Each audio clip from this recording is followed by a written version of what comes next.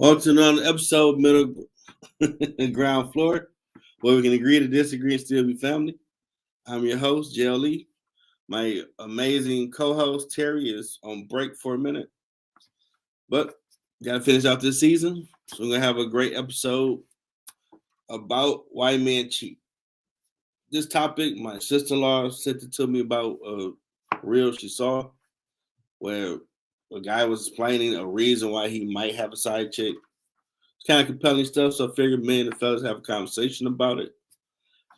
And got the fellas I can have, so I'm gonna be nice. I ain't gonna talk smack. I'll wait till you get on camera. No, this man since middle school. But I'm be professional. I ain't gonna call him no candy ass or nothing like that. We ain't gonna do that. We're gonna be nice. This is my man Jerome coming to the stage, Jerome. What up, sir? What up, though, good people? I hope all is well. I appreciate you inviting me out tonight, brother. Yeah, because when I watched that video, it was kind of interesting, the reason on why men cheat. Now, I looked up a stat of my own and I found back in February, a study said 20% of men and 13% of married women admit to having sex with someone other than their marriage, outside of their marriage, averaging 16% overall. Now, the clip that I watched, the guy explained how the side chick would be, and I got to disclaim anybody, we don't condone cheating. You got to put that out there. Don't want no bull jive, no bull yet, no one of that. We don't condone none of that. We're just a conversation about fellas on the mindset of different scenarios. In this particular scenario, he was talking about, well, the side chick will still respect and be his peace, even if he ain't on his game, even though he wrong for what he doing, but he's getting that from her compared to at home. What's your thoughts, Ron? Wow. When you was telling me about the topic earlier, I was thinking, I always say when it comes to men cheating, in particular for marriages, I always feel like you have three different types of men. And the first type of man you have is the man that's going to do the right thing all the time. It just, he knows the environments to stay away from. He sees the signs of something not being right, and he's going to do the right thing all the time. The second dude is, I think a lot of women sometimes can miss things because they're not using the right levels of discernment, and they don't realize the dude you're dating, he's a cheater, always has been a cheater. And it is what it is because that's who he is. And it's kind of like you just didn't pick up on those cues or those signs because sometimes we as humans can be blinded. We can be blinded in we can be blinded in good looks. We can be blinded in the bedroom. We can be blinded by the cashing you out. You know how that works, Jeff. That dollar sign. Hey, these women get Wolverine healing powers when you break out their money and stuff. So it's an amazing deal, man. I think that some people just gotta, they gotta be real with themselves. The last type of dude is the dude that you're talking about right now, where it's what's the word I'm looking for? Instant gratification. It's kind of one of those things where everybody cheat for different reasons. And in this case, my man basically, he justifying the wrongdoing. He like, hey, at the end of the day, this my piece. I don't have to deal with the nagging, whatever his case may be. But everybody has a reason for what they're doing. And what he's saying is, hey, she my piece. I don't have no problems. She's not giving me no back talk, any of those type of things. So he's getting what he's looking for. And it's not to say that scenario don't become worse, that he leave what he got and be with that person. It could be worse. And a few occasions, they work out. but those percentages are not that high. The grass ain't always greener. But you do see a lot of video clips now where, oh, this dude want to take me to Applebee's. He a scrub. He make only 50,000. He a bum. Like, that's a decent living. And you actually had some videos, and not just black women, all women. Okay, you on your purpose? Well, I'll holler back at you when you at the finish line. Do you think he don't want to roll with you once he went through all the grime and grit to make that a reality, and you did nothing to help along the way? Right. You gave all the benefits? No. I don't think a woman would do that. If the dude didn't help whatever she's working on, he just like, yeah, come on, baby. At the end, I got you. Like, you ain't even rub my feet on this journey. Right. You want the champagne and the caviar? Like, nah, man. And that's why people don't want to build like they used to. They want the finished product. No, I agree, man. I also think when it comes to, like I said, I'm gonna speak from the marriage standpoint, because that's what it's been for me for the last umpteen years. So I'll just say the main thing I think, and what I read and see and listen to the podcast, it seems like a lot of times, like some of the men, we'll speak from the men's standpoint to answer your sister-in-law's question. Some men is marrying the woman for her body. Let's just be real. Yeah. Some dudes, if she gained 5 pounds, it might be over with. It's a deal breaker. She's horrible. Like, it's a deal breaker. Yeah, it's some dudes that dated you and they fell in love with your body on top of your personality and all of that. But let you gain 5 pounds, they out of there. And that's, it's a disheartening thing, but some people marry for the body. It's very few people marrying people for the person, for who they are, who they fell in love with, things like that. Hey, she can be a great mother. She'll make a great wife. She'll make a great teammate, life partner. We gonna be able to do this till death do us part. A lot of people don't look at it like that, man. They go in there. We can just call it self-gratification or whatever terminologies you want to use, but it's for selfish reasons. And I don't even know if you remember these conversations I used to have with your mom and her friends. On the porch, they were like, they're like, hey, what type of woman you looking for? I said, hey, man, I just want somebody that, love themselves and take care of themselves. You know what I'm saying? I don't want somebody who just basically don't love themselves. They don't take care of themselves. So they was like, what that mean? I said, that means she knows where the gym is at. She ain't got to be the best body in the world, but I said she at least knows where the park is at. She knows where the gym is at. Hey, and they didn't like that, man. They didn't like that. No, they did. I remember. They didn't like that. And I told them, I said, y'all missing what I'm saying. I didn't say she had to be a size 4 or size 2. Mm-hmm. I said she has to know where the gym is at, meaning, hey, it's a gym on 6 Mile in this. Hey, it's a gym on Telegraph. Hey, my thing is, because at the end of the day, you was adamant about that too,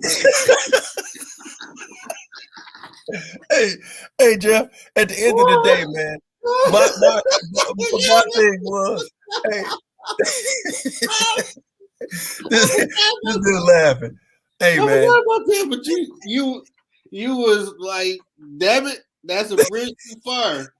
You can't. I'll drop you off. You ain't going. Hey, I don't know about that. My thing was, Jeff. My thing is at the end of the day, if we're going to be together for life, health is wealth. You know what I mean? So my thing is, even if I'm dating somebody and they're a plus size woman, I would love you as the plus size woman, But at the end of the day, once we start to go to our MDs, doing our physical every year, if the doctor starts telling you, hey, you need to lose weight because of XYZ, we're a team.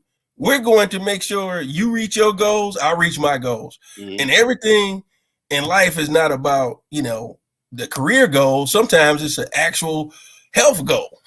So I think like when you start talking about, the cheating thing, sometimes somebody not taking enough. Actually, I read, you talking about looking at studies. I was looking at some of the reasons that men and women out here cheating is because of low self-esteem.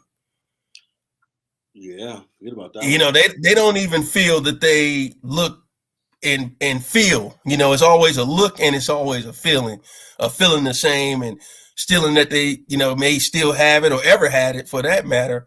And so because of that, it's kind of like, well, maybe she the only one in the world that wants me, and woe is me type of thing.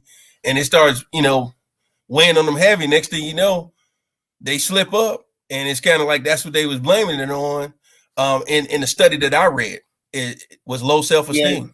Yeah. And it will shock you.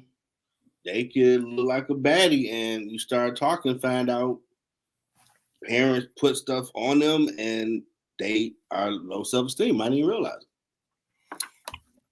And they're not even working out for themselves. It's more because it's been embedded.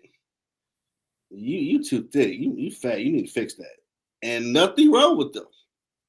Right. Just a thick black woman. Good. But they've been hearing that for so long, or compared to a sibling or a cousin or someone, to where I'm not that size. And I'm sorry, America, but I ain't with the olive oil. Has something to brother like that. I like a little bit of meat. I'm sorry. I'm sorry. No, don't care what your color is. I like a little bit of meat. I don't mean no harm. Whoever watches this, if you're 100 pounds, God bless you. I don't mean no harm, but I like a little bit of meat. 150, I ain't mad at you. I want to see that thing jiggle a little bit when you walk out like, there we go. I don't want to see no stick walking back. I'm sorry. Hey, all I can say about that, when you talk about the physical physique, my story. I was 125 soaking wet when we was in high school. And you gained some weight. As soon as I said I do, I blew up. That's all I can say. I don't know what all of that means. I ain't seen the scripture yet that tells you about that, but I can tell you one thing. As soon as I said I do, I went to the barbershop. He said, man, what have you been doing? I said, dude, I call myself going to the gym, but I'm also in the kitchen all the time. Yeah, that's gonna put muscle mass on you. Yeah, dude, it's been crazy. Regular meals like mom used to make coming in, it's gonna change it up for you. Now, so when you talking about this topic overall, what was your sister-in-law's question specifically? Just kind of broad and general, just saying, hey, why do she they? Said it'd be a good topic. And when I watched the video, I'm like, okay. I mean, I can understand the emotional connection if you might not be getting that at home. I mean, I'm separated, so I guess I'll talk from the devil advocate side of it. For whatever reason, your part, y'all ain't vibe, y'all ain't working, y'all back out in the streets. Oddly, people are more to the point with you. You see stuff a little more clear, a little more quicker than what you probably didn't notice before. And now if you come across your purpose and you more focused on building something, like I was humble enough to come across, you really see stuff quick, like, okay, it's all about you. No, I'm good. I got time for that. That was when I was on my Captain Save 'em days. I got all day the boys and me, you whining down. I got stuff to do. I ain't got 100 hours straight just be all about you right now, boo boo. You bang, you're amazing, but no, I'm trying to build. What's crazy about that is I honestly think that those of us out there that's spiritual, whether you're Muslim, whether you're Christian, You believe in a higher power.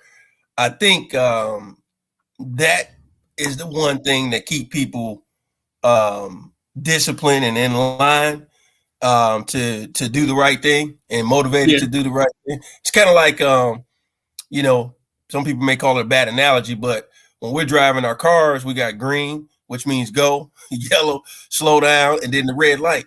And is not many of us that's going to recklessly go out there and run multiple red lights because we know the consequences that can happen because of that. And so I feel like when you have the spiritual and the ethical sides of things like that, and you're standing on those principles, the Proverbs woman of 31, chapter 31, they always preaching, go out there and get your Boaz and, wait on your Boaz and all those type of things. My thing is when you have those spiritual standards, you're trying to do the right thing before God and live the right way. So that's been the most successful relationships that I've seen personally. Even people who don't believe in God and or any higher being, and they actually make a commitment to basically it's not necessarily out loving the other person, but it's making that sacrifice to please the spouse that you have and that life partner. I think that's that section. I don't even want to put a number on it, but that section that has the greatest success, because marriage is work. If you don't put in the work to be happy in this thing, man, it's gonna be ugly. And what you're saying is my total facts. God created marriage, so if you've done it, that should be the foundation. But a lot of people believe in God to agree, but don't want Him in it. It's kind of weird because, like, you say all these vows, and you ain't paying no damn attention to what was being said when you said it. Because the way you moving, you didn't think none of this through. You just straight them on emotion. If you really thinking about sickness, health, good times, bad times, and a list of when you get on my last nerve, I'm gonna cool off and still come to this house and work it out with you. You can add to that list that you're saying I do to. A lot of people ain't really paying attention to words like that, like they should. It's fun and games, in my opinion. I did it. No. I ain't gonna be single forever. Had a big lady. Year later, they divorced. They screwing. They got boyfriend. Like, huh? When you went to this 20 grand wedding, they just and already what? They went to the counselor. They went to the pastor. they did all the right steps, but them vows wasn't rooted. They didn't really listen to it. Right. I think a lot of times in some of the marriages that's happening today, whether they're our age group, from the 70s, Generation X, to the Generation Y, to the millennials, I think that a lot of people go in not really understanding that wedding day is just that. That's the fun, that's the glitz, that's the glam. You can have the most lavish wedding day of all time and the worst marriage of all time, and you look at that and those hours leading up to it, the pictures that you take, all of that stuff is fun, but everything changes when you guys, it's just you and that person. And I tell people all the time, some people call it seasons, like we got the fall, we have the summer, the spring, and the winter. When you in marriage, you're going to see all the seasons, all the seasons when it comes to you are going to learn how fucked up their parents were to that child that they never let anyone know about. Just being totally honest. That they don't even realize. No, what's funny? It's funny you say that. All going to come out in that house with y'all like, I didn't know this. Yeah. At 5, they did what? And they said, what? Yeah. Like, oh my God, I did not know that. And it's funny. It's funny you say that because I was reading this was right after we went through COVID. It said that 91% of the women who grow up in single parent households, 91%, we're not talking about blacks, whites, we're talking across the board. 91% of them, they end up in divorce because of whatever reason. What I think the reason is because they're getting a lot of bad advice along the way. And let's just be honest, what you're talking about, those I call it childhood unaddressed dysfunctional things that happen in the trauma. If those things go unaddressed, all you're doing is putting Band-Aid on something that needs surgery by the time you get to your adulthood. So, you're thinking you're good, outside of physically, you're looking good, and you go into that thing and you see how dressed up the person is. It's like seeing somebody without the makeup for the first time. I tell you, a real situation happened to me at State. I'm in the class with the girl, and I had never seen my man girlfriend without makeup. So we in the class together, and she pushed me, and I'm looking like, damn, did I swing on this girl? Like, who is this? I didn't. Man, I'm looking at the girl like, dude, I'm like, man, I ain't gonna hit no woman, but I don't know who condone violence. hey, we don't condone violence, but man, I did not recognize the young lady. And then when I was like, hey, because I was like, for her to do that, I'm like, okay, it's somebody's boyfriend. Yeah. So I was like, hey, I said, where your man at? And then soon as she said his name, I was like, whoa. Like, oh my goodness, hey, makeup can make or break a person in the situation. And if you don't know what you get yourself, that's how I look at marriage.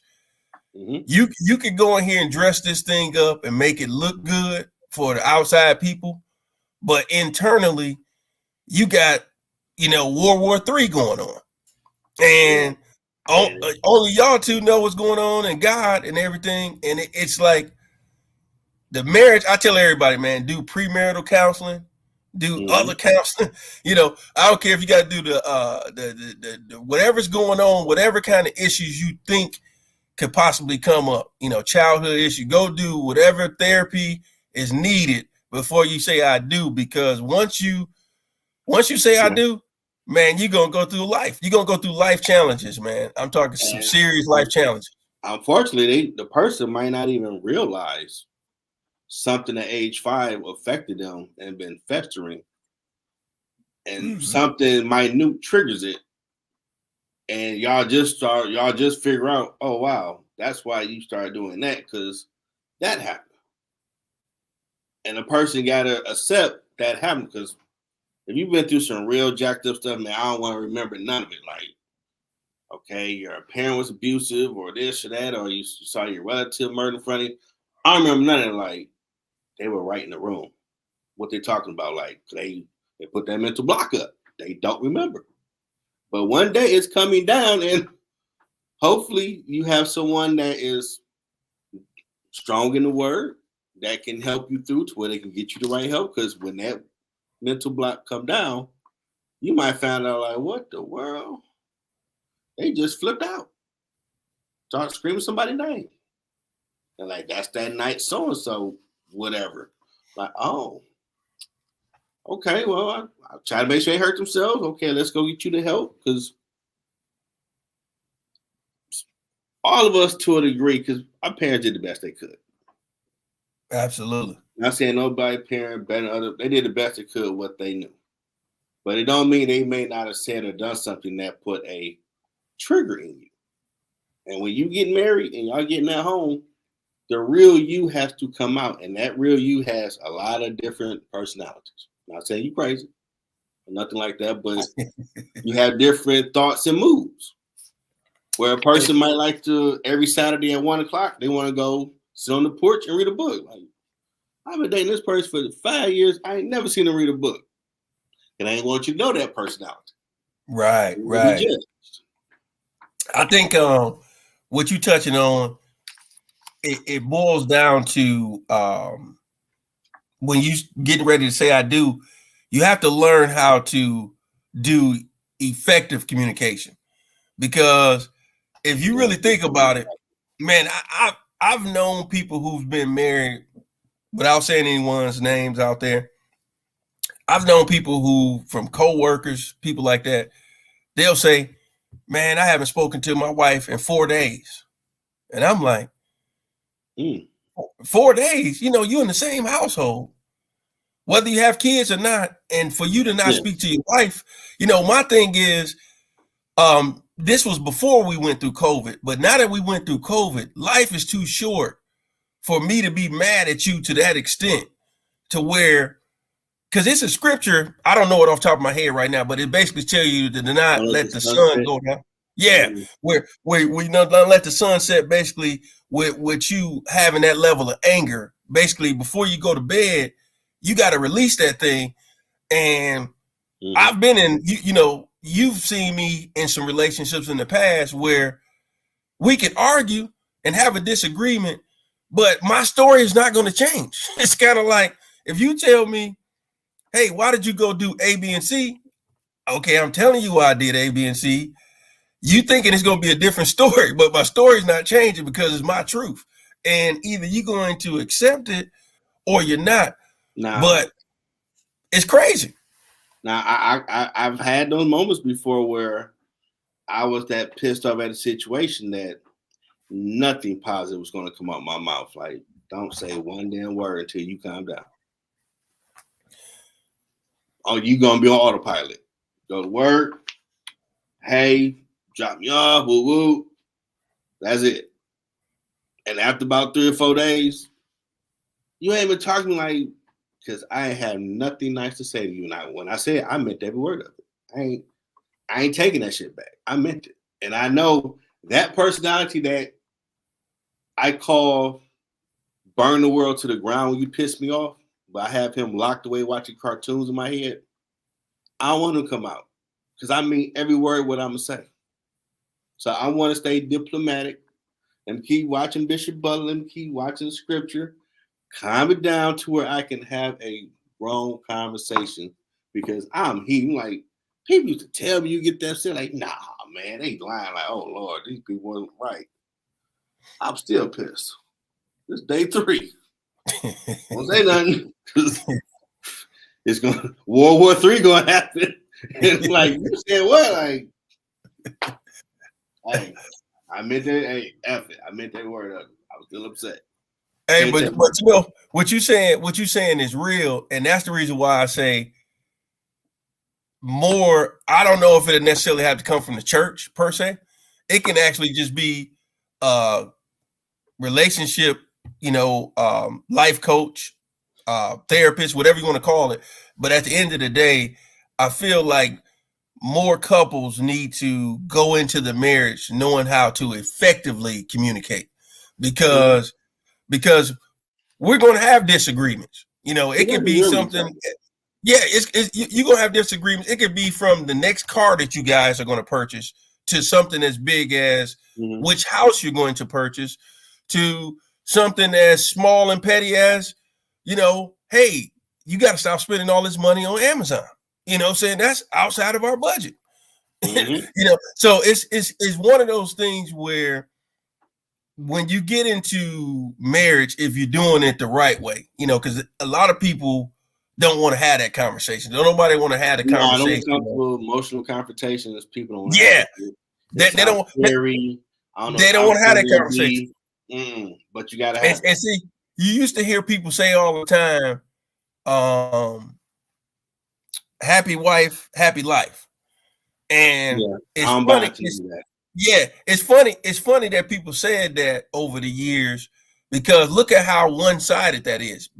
If we're going off of scripture, the man is supposed to be the leader of the household, and Christ is supposed to be the leader of the man, and then, you know, his is God. So my thing is, it's a whole formation that we're supposed to follow.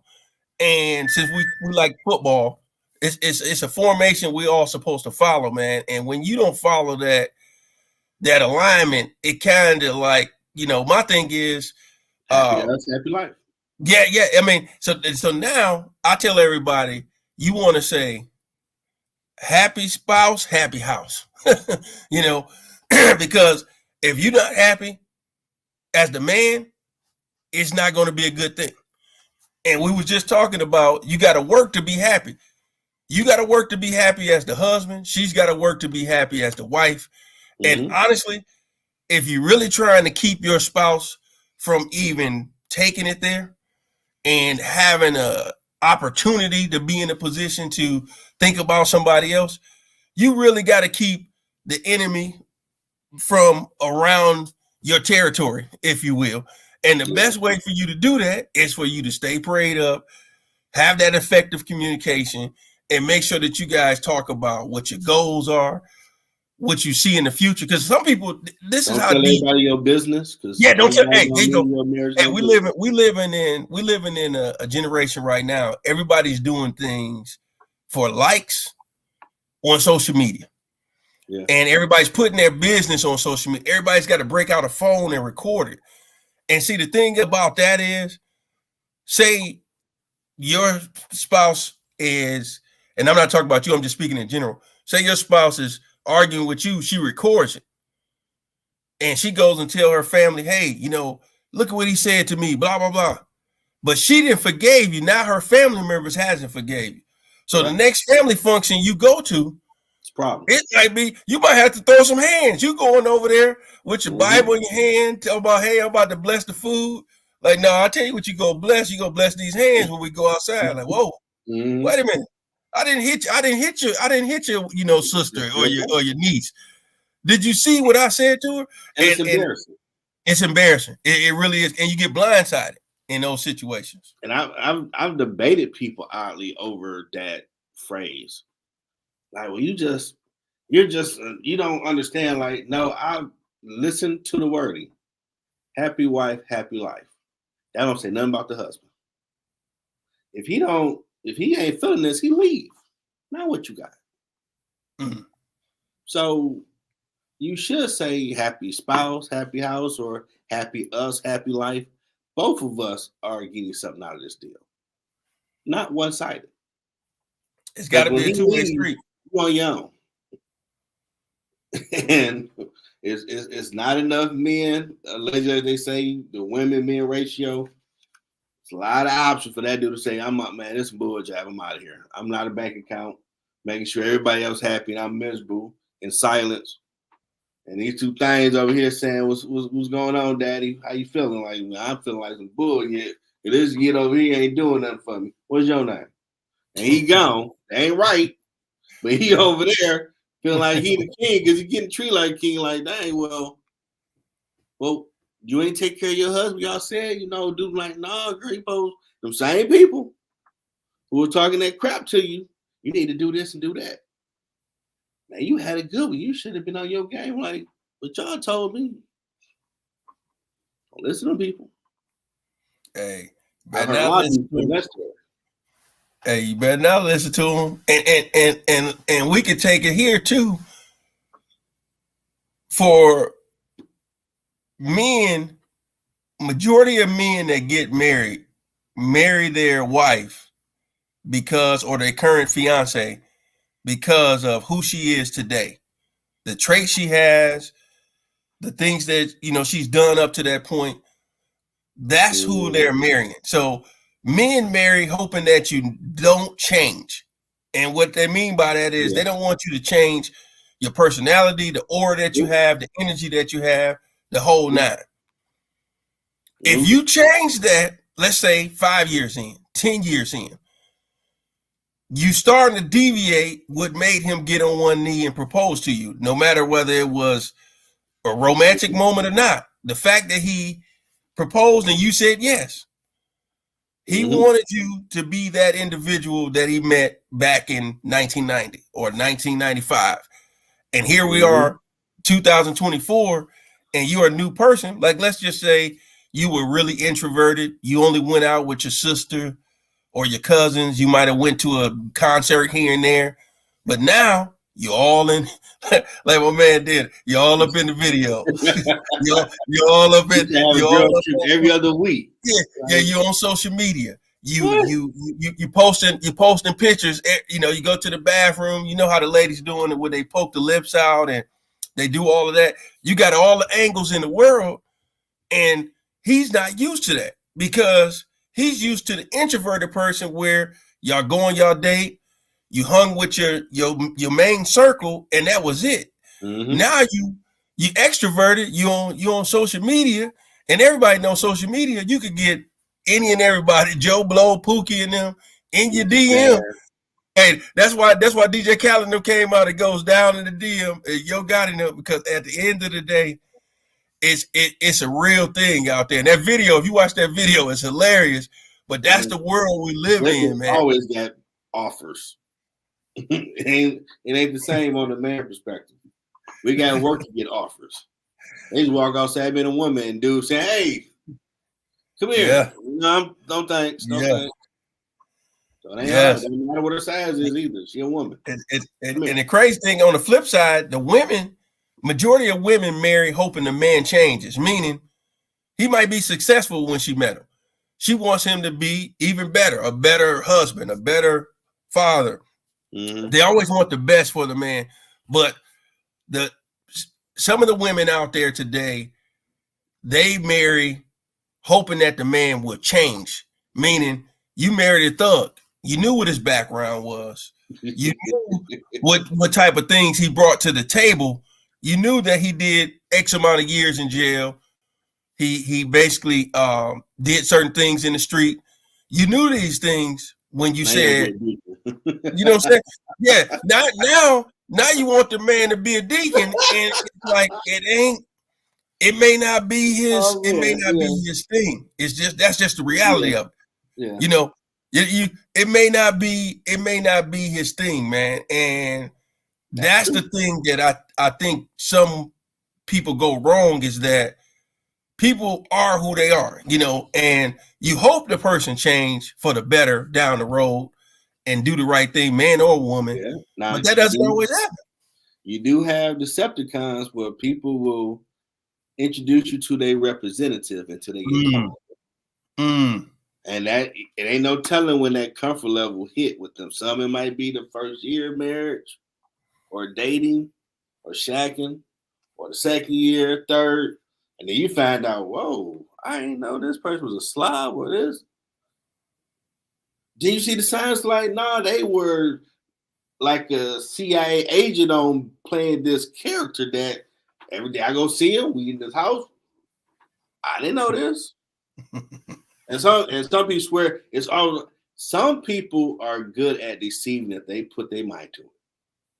I ain't saying it's a high percentage, but there are some. If they really want to, they will play that character to the T till they get tired. And then you start seeing, oh, wow, hey, you opening up a new one with that. When somebody, you know, you dating and they wearing that mask and you know, being the magician, if you will, they're out there, and both men and women are doing that today. When you see some of the things that's going on out here, and you read about it or you hear about it on these podcasts. Man, Millennium, I knew cats that say, man, I go to church, I be front row. At certain points, I jump up, get the word. Before I know I got two of them things, want to go have coffee. So you gonna try to date them? No, I'm trying to see what's happening. Like, you what? You went to church for that purpose? Like, yeah. Like, wow. That blew my little mind. I didn't think that was a thing. Thought I was just seeing the movie. Like, you wild boy. I'm wrong, but I ain't that wrong. I ain't doing that. That was your intent. You get up in there and play the shit. Like, you know, observe the crowd. Okay. Get up there, get it in your little dick. Yeah. They start flocking to me, like, you knocking them off. Like, wow. So they looking for a husband, so some might fall into that fox hen, unfortunately. maybe that'll get him and we get that ring, but he just trying to get some chicken nuggets, unfortunately. Not about it. He ain't trying to buy the whole chicken. Yeah, man. I think it unfortunately it happens. on both sides for men and the women. And you got some people who they show you one thing in the beginning, but there's a hidden motive or a hidden agenda. I always appreciate, going to marital counseling under Word of Faith's, system, because they covered all things that most churches would dare cover. And one of the things that they covered was credit. And they make you trade the paperwork. Because, most people say, hey, what's your credit score? It's bad. They don't give you the number. They just say it's bad. And that was me. If I'm being honest, I'm like, hey, I already know my credit messed up. Student loans I was like, hey, I'm just telling you it's bad. When I got Credit Karma, you just go on your app. This one, yeah, right now, like this one, man. Well, they made you in that counseling, premarital counseling, bring your paperwork and trade it, and so she could see the number right then and there. And I'm sitting there looking like, oh boy, this is my first time even looking at the thing, yesterday. So I don't even know what she about to say when she see this thing. I thought that might be the deal breaker, oh, yeah. And so they hit on that. Another thing that they hit on that a lot of people don't talk about, maybe more so now because it started happening, they make sure that you as the man can have children and her as the woman can have children if that's you guys' desire one day, because they don't want you to get hit with any surprises. You may be dead set on having 2-3 kids and you never know that your wife, there's certain procedures she may have to do to even have a chance of having a child, or vice versa. And so they don't like, so I thought that was powerful, man, because I've seen stuff like that too. If we're going to rock the boat, let's rock the boat, where some people won't forgive. They won't forgive the spouse because you basically hoodwinked them, you reeled them in, and she wanted a child, but like you said, you didn't went out there and had the vasectomy, 15 years ago, and you're not gonna be able to have a kid, but you having fun. You having fun in the room because you're trying, but it's like, hey, that's diabolical. Maybe it's you. Yeah, maybe it's you. And then you put in the guilt thing. Yeah, I'm telling you, it happens, bro. So you definitely got to talk. I think, like I said, they definitely had a great structure and hitting on those type of things, and they did a really good job of letting a woman understand that no matter how much money you make, he's going to be the leader of the household. And so they was like showing the woman, hey, you got to basically allow him to lead. You guys talk about whatever, big projects you have coming up and things like that. And I mean, it was really one of those things where it just kind of like set you up to where you went in there like, dang, okay, I think I'm ready for this now. So now you got a lot of clips of females putting out here. Where he gonna lead me? Did she just say that?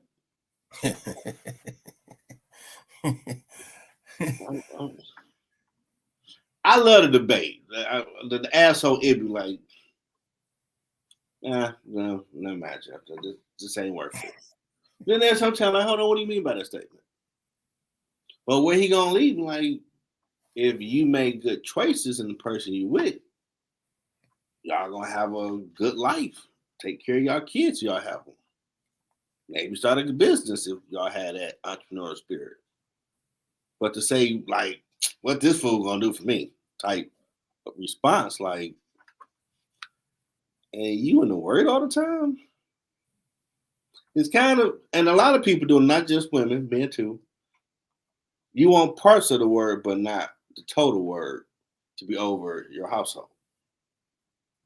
I want a man, but I need to run the show because I think I do it better than him. It's out of order. It's in God's Bible. I ain't make it. Hey, but you have people say, well, you justified because you making $200,000,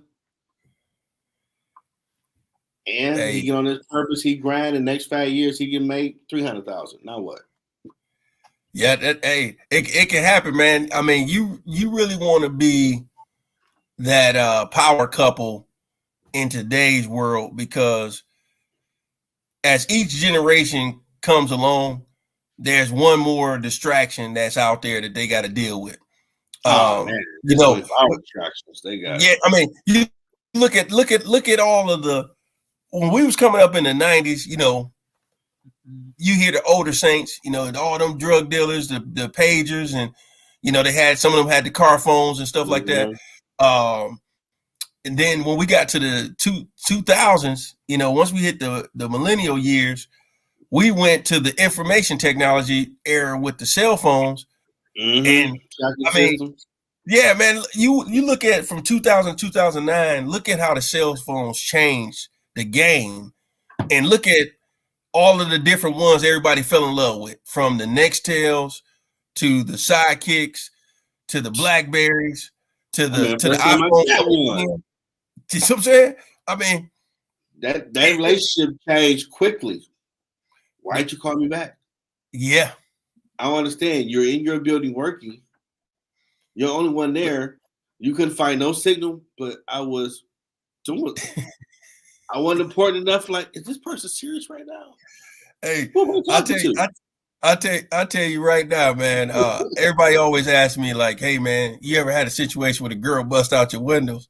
And I always say, "No," but I had one incident where it could have been a situation like that, and I didn't find out until like 2 weeks later. Oh, yeah, I picked my girl up and we rolled past to make sure we seen your car out there. I'm like, oh my goodness. Like, if I tell you I'm where I say I am, and you don't believe that I say, so it's like, now, fast forward, she would have put the location thing on me just to check where I'm at. You see what I'm saying? That's the times we in. Like, it's people out here. We talk about cheating. It's people out here right now getting caught up all because they got that damn location thing, and they like, oh, dude, everybody got a camera phone. You can everybody got a camera phone. Social media, and is that so in the back of that video? That is his head. That ain't girl. That girl. Let me send it. That ain't you. That who that girl? I'm find out like you really can't. If you out here doing dirt, hey, you was with the school say, because it's kind of hard to do dirt with everybody on camera phone. It's cameras everywhere in this world. It's cameras everywhere, man. And the crazy thing is, you know, they always say people got lookalikes out here and things like that. I was at a store one time at the mall, and I think it was Macy's. Man, Jeff, when this lady seen me, her heart dropped, because she must have lied to the dude. Told her, I don't know what she told my man, but she was with her friend, and she just stopped. She dropped the bags. She did everything, and she just stood like a deer in the headlights. And she said, "Oh my God, I thought that was so and so, because I told him I was out of town." And she was at the thing shopping, and I was thinking to myself, I said, what if I really was, my man? Their relationship would have been over with, because you lied and said you was out of town, and you over here at the Macy's shopping. She probably was on a totally different side of town shopping, but it was crazy to see it in action. I was hanging with a homegirl years back, riding out, going somewhere, and having her say, "Yeah, I'm in Florida." She forgot I was in the car. And I looked over like, Florida, we on one of these streets in the deep. Oh, your ass lying. Oh, they do this. And I started sitting like, has a female done that bullshit out of me? They got other plans. Oh, I'm going to Carolina with so-and-so. Okay, holla back. But I ain't running across them to know, oh, we about to go do this party, do our thing. I called him, say I made it back in tomorrow. Like, dog, I learned a new game that day. Like, I ain't know people out like that. Like, wow. Just don't answer the damn phone. That's what I would do if I would have people out. I ain't gonna say I'm in Georgia and I'm in Michigan. That's too much work. And we laughed the whole time, and she like, I straight forgot you. Yeah, you forgot. CIA, damn. I wanted to be. Just watching your ass like, that's how y'all do. Okay. You see her in full action. And man, to the day we still laugh at like, yep, I learned a lot that day because I didn't think people. You only buy. That's my basic mindset. Why go through? Oh, I'm in Tampa. The chance you run across someone, you can't predict it. Right. So all that lying, and that's another aspect when you do all the cheating. The lying, you gotta get your story straight. Man, I stopped at 21 because it's more easy to be honest. Whatever it is you want, give her an option. Yeah. As Ice-T once said, I saw an interview. If a real one got 5 on the arm and they all want to be there because they know what it is. Like, that's real. I respect that. Yeah, you got to line of this and that. No, you all know what it is, and you choosing to be here. Choosing to be there. Yeah, and see, the thing is, Jeff, you just was talking about 21. And when you fast forward and you look at us that's over 40 now, and at the end of the day, everybody grown, man. You don't have time to play. Grown. Yeah, you don't have time to play those type of games. And so it's kind of like, when I remember being in college and my homegirl Keisha told me, she said, Jerome, you know what? If y'all guys stop lying and just be upfront and tell us what y'all really want, you give us the option to say yay or nay. And I was like, so you tell, I told her, I said, so you telling me if I say I just want to hit or whatever and be respectful, that's leaving you to say, well, yeah, maybe we could do that or no. And she said, yeah. And I was like, so all this time I've been giving some false advice, thinking that I think that's what happens with, we talking about the lies. I think the lies came in over the years from men receiving bad advice from other men, whether it be at a barbershop, uncles, dads, whatever the case may be, coaches, whatever it may be. Does work. Yeah. And it's crazy because ever since she told me that, and I started looking at that when I started getting, 25, 30, when you real and you talk to these young ladies, you give them the option to say, hey, I'm at a point in my life where I'm waiting on my husband, so I'm not just here for fun at this point. And you're like, whoa, at least, because now she respects you for saying that. Now she knows, hey, this ain't going to be what I thought it was. You know what I'm saying? I remember when I met my wife on Facebook back in 2008, I told her I ain't shit, but I'm working on it. And right now, I'm kind of sick of females thinking on what he lump, and I'm ready to go to the damn dark side. So I'm trying to be cool. And that just made her laugh. Like, you serious? Like, you have no idea, because I kept hearing from people like, see, good guys always finish last. Just try to be Mr. Good Church dude. And you need to come to the dark side, be the thug dude, and you'll get better love. Like, nah, I gotta be me, man. Like, you can't lose yourself in the game. And overall, that works out better because you never lost being you. If you gotta not be you to be with someone, they ain't worth your time anyway. I have to agree, man. I think my earlier years. Yeah, exactly. I think in my earlier years, especially in college, it was like I was more about focusing on others, man, and what their needs are and what they got going on. Then I realized I did all of that just to have every damn thing not even work anyway. So it's kind of like, you basically got to take care. You got to take care of yourself because I always say, I said it on one of your other topics you guys had, and I always say when I fly, I listen to those flight attendants when they say if we should lose pressure in the cabin and the oxygen mask come down, make sure if you have little ones that you put yours on first. And I always let that resonate and sit in, because if you're not taking care of you, how the hell are you going to take care of somebody else? You know what I'm saying? That's for a wife. That's for the husband. If you're always focusing on kids, wife, and you're not taking care of yourself, a lot of people don't know it, and some do, but stress is a silent killer. How you think some of these people having heart attacks at early ages, strokes at early ages, all these different things, because there's so much going on and you're not even taking care of yourself. And that's that. If we're trying to be here for 80s, 90s, whatever it is, you got to take care of yourself. And we can't do it if we so focused on everybody else that we losing ourselves. And I think that's part of the thing, man. You got to make sure. The thing I did have to learn being a nerd, which is cool, I had to mix some Boyz II Men, some pop, a little bit of Jodeci, and a sprinkle some Will Donny, and I figured this thing out now. I'm gonna give some respect in these streets when I talk to you. 27 was beautiful. From that point on, I figured that thing out. Like, okay, respect in these streets. All right. I got you. Yeah, you definitely have to figure this thing called life out, man. Because let's be honest, not every man and woman has a desire to be married.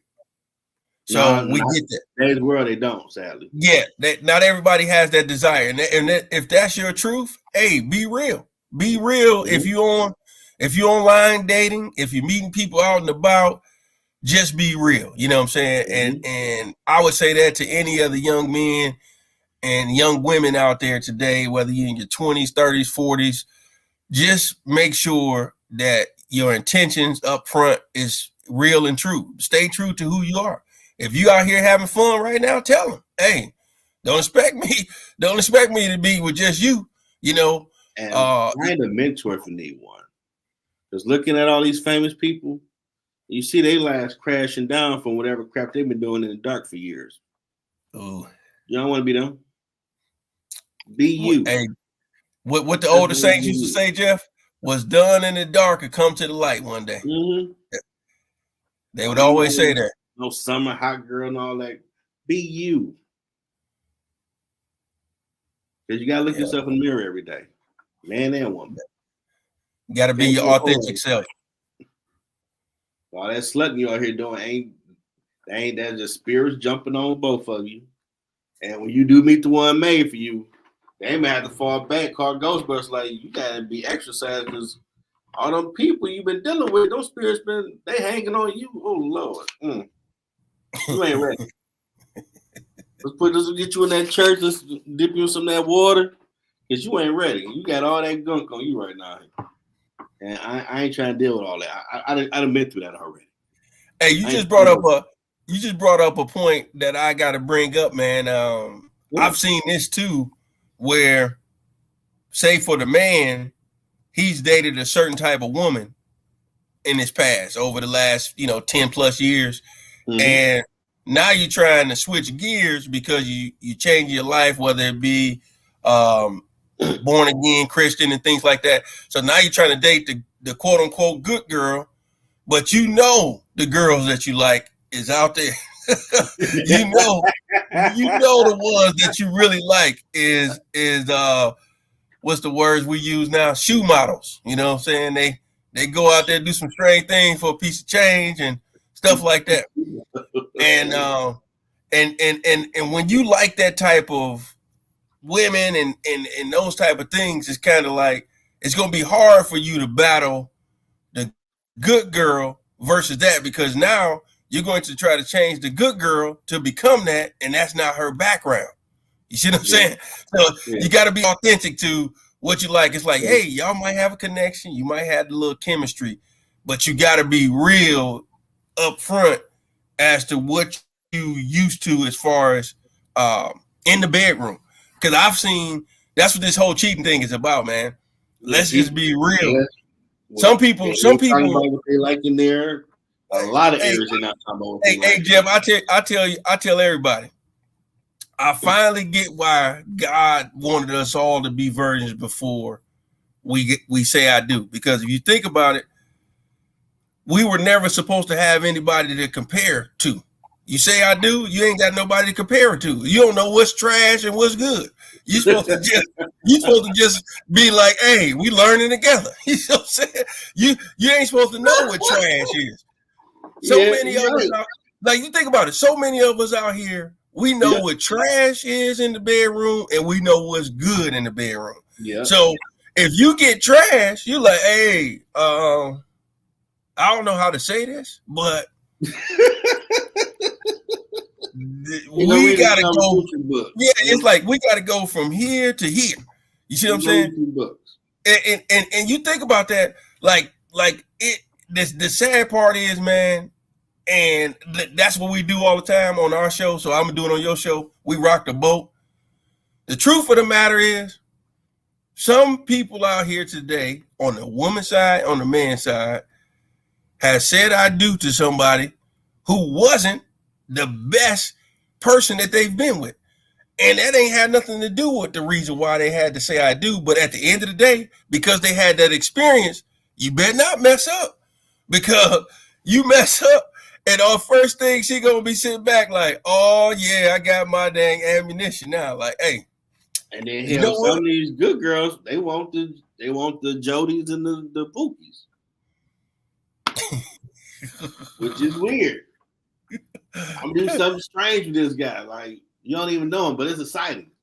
But you want an emotional connection with the dude you're going to marry. I had this conversation with someone a while back, and I found it very weird. But you don't want to do nothing strange with him. He likes something strange. Yeah, but we have a emotional connection. Like, man, get out of here with that emotional crap. He wants you on the sit in the chandelier. It's legal now. He can be Tarzan, you Jane, or whatever the hell y'all want to do, and you tell him you want to give him some. Wait a minute, hey, you Pookie, you doing everything that you shouldn't be doing. That's on them porn videos, like for real. No, you know what it is. What it is, Jeff, is that a lot of people don't want to address the elephant in the room, which is the good girls like the bad boys. Good boys like bad girls. Yeah, the good boys. They, you know what I'm saying? You hear it all the time, man. It's like at the end of the day, it's like I know I'm supposed to be over here with the A and B students, but I want to go over here with the one who hates school right now. I want to go. It's crazy.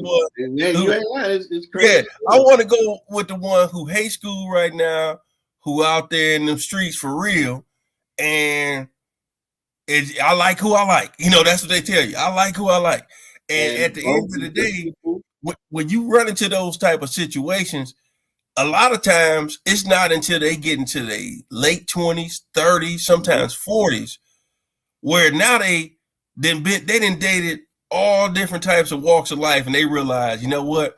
As much as I like the street guys, the street boys, I realized that wasn't the best thing for me. So now I have to get the person who gonna basically, you know, rock with me.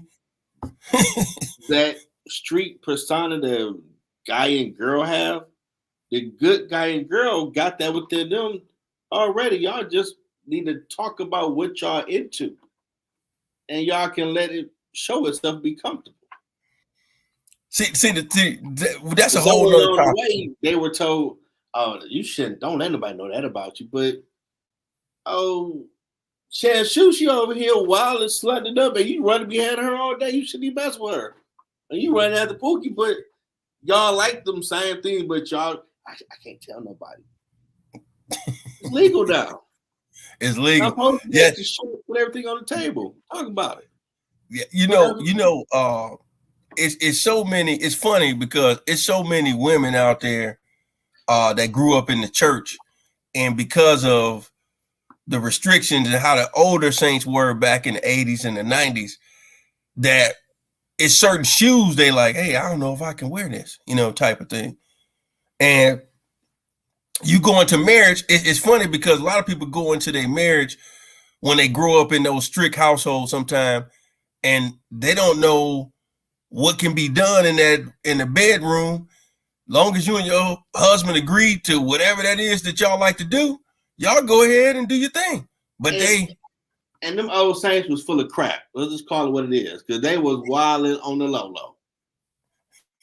You got a brother or a sister on the other side of town while you telling them you need to be wrapped up to your feet, but you over here with Sister Jenkins who wore that that moved some dress every other Sunday when it was warm. And somehow your car found its way over there with a tire out. And you had to take 2 hours to fix it. But somehow your clothes, I fell into it. I don't know what happened. Changing the tire and somehow just levitated to that room and fell in and like, get out of here, man. Y'all tell these people, the Lord going to get you if you, and you over here wilding. People scared to have a conversation because it's legal now. You're married. You can get as nasty as y'all want to get. It's legal. God wants you to give him a half fat like my man. Appreciate that. You like, I can't get my half fat because y'all up here ain't. Where you see it? Point out the book. Where it say that? Yeah. Where it say wear white on the first Sunday? Point it out. It ain't in my book. What the hell? But see, that's the reason why you got to go to do that premarital counseling, because you need to hear it's okay for you to do those things, because some of these folks, man, they just don't know. They can right. You know, they just don't know. I was talking to a young lady a few years ago, and she was saying that she was opening a pole instructional class. Yeah, the pole dance, and she's, you know, I honestly at that time it was just now starting to pop. You know, now it's known, people know of them. But at that time, that was like one of the first. And I was asking her, like, hey, I said, who will be your target audience? And she said, I'm going everywhere. She said, I'm trying to target the people who doing the bachelorette parties, to somebody's birthday, to people who trying to just get fit, people who's trying to spice it up in the bedroom. So she was just telling me, you know, her whole business layout of how she was going to target. And now she thriving. She posts her videos and you see those people in there and they start out, you know, it's like a before and after. You see them in there struggling, can't do nothing, can't even work their core. And you know, you see them after about 6-8 weeks, they up there doing the human flag and everything. I'm like, whoa, like this is crazy. So yeah, and I remember she was asking me, like, you know, what do you think about it? I said, hey, shoot for the stars. If that's what you feel like you're gonna be good at, and that's your business, don't worry about what everybody got to say. Because I said, if you sit up here and be worried about, you know, what's the conditions and all this, you'll never do it. So you just got to jump out there and do it. Yeah, because, you know, you had some church people talk about music, and I guess call me a heathen. I don't think nobody playing no church song when they're in the bedroom with their wife or husband. I don't think they playing. They got some Isley Brothers, somebody, or some jazz. I don't think you're gonna hear no, oh Lord, take me to the waters, and nothing like that. I don't think nobody playing that in no bedroom. So why we acting like everything don't have a place? Song of Solomon was original 12 play from when you read it. Like, okay, so for him to put that in there, he must want to create people to make music for married people to do their thing. But you know, you got some holy rollies. And I debated something back in the day, like, your dad was a pastor, you know better, like, and I'm pretty sure I didn't get here if my dad and them playing a gospel song in the bedroom. Let's be real, people. We grown. Come on, let's be grown. And I've asked Christian people, like, what do y'all play? I'm doing a poll because I had a conversation and they looked at me like, and they told you that? I be playing Ice Brothers, like, okay, so I'm not crazy. Because y'all are very sanctified, woo-woo. So I know I'm not married, I'm a sinner, I don't know much, but I ain't crazy. You ain't playing no whatever George Cleveland, whoever mass choir in your bedroom with your mate. Quit playing. Yeah, but it's people out here that beyond that and messing people up. That and see, that's another thing Word of Faith was teaching. And I'll be honest about that, because I can tell, you know, from a personal experience, like, no matter whether you guys both work day shift or night shift, you have to do date nights throughout the month, throughout y'all relationship in the marriage. Because if you start just working, focusing on the kids, focusing on this, next thing you know, you guys are basically operating your marriage like a business, and it becomes, hey, what are we doing? Did you pick up so and so? Did you drop them off? Did you do this? Did you do that?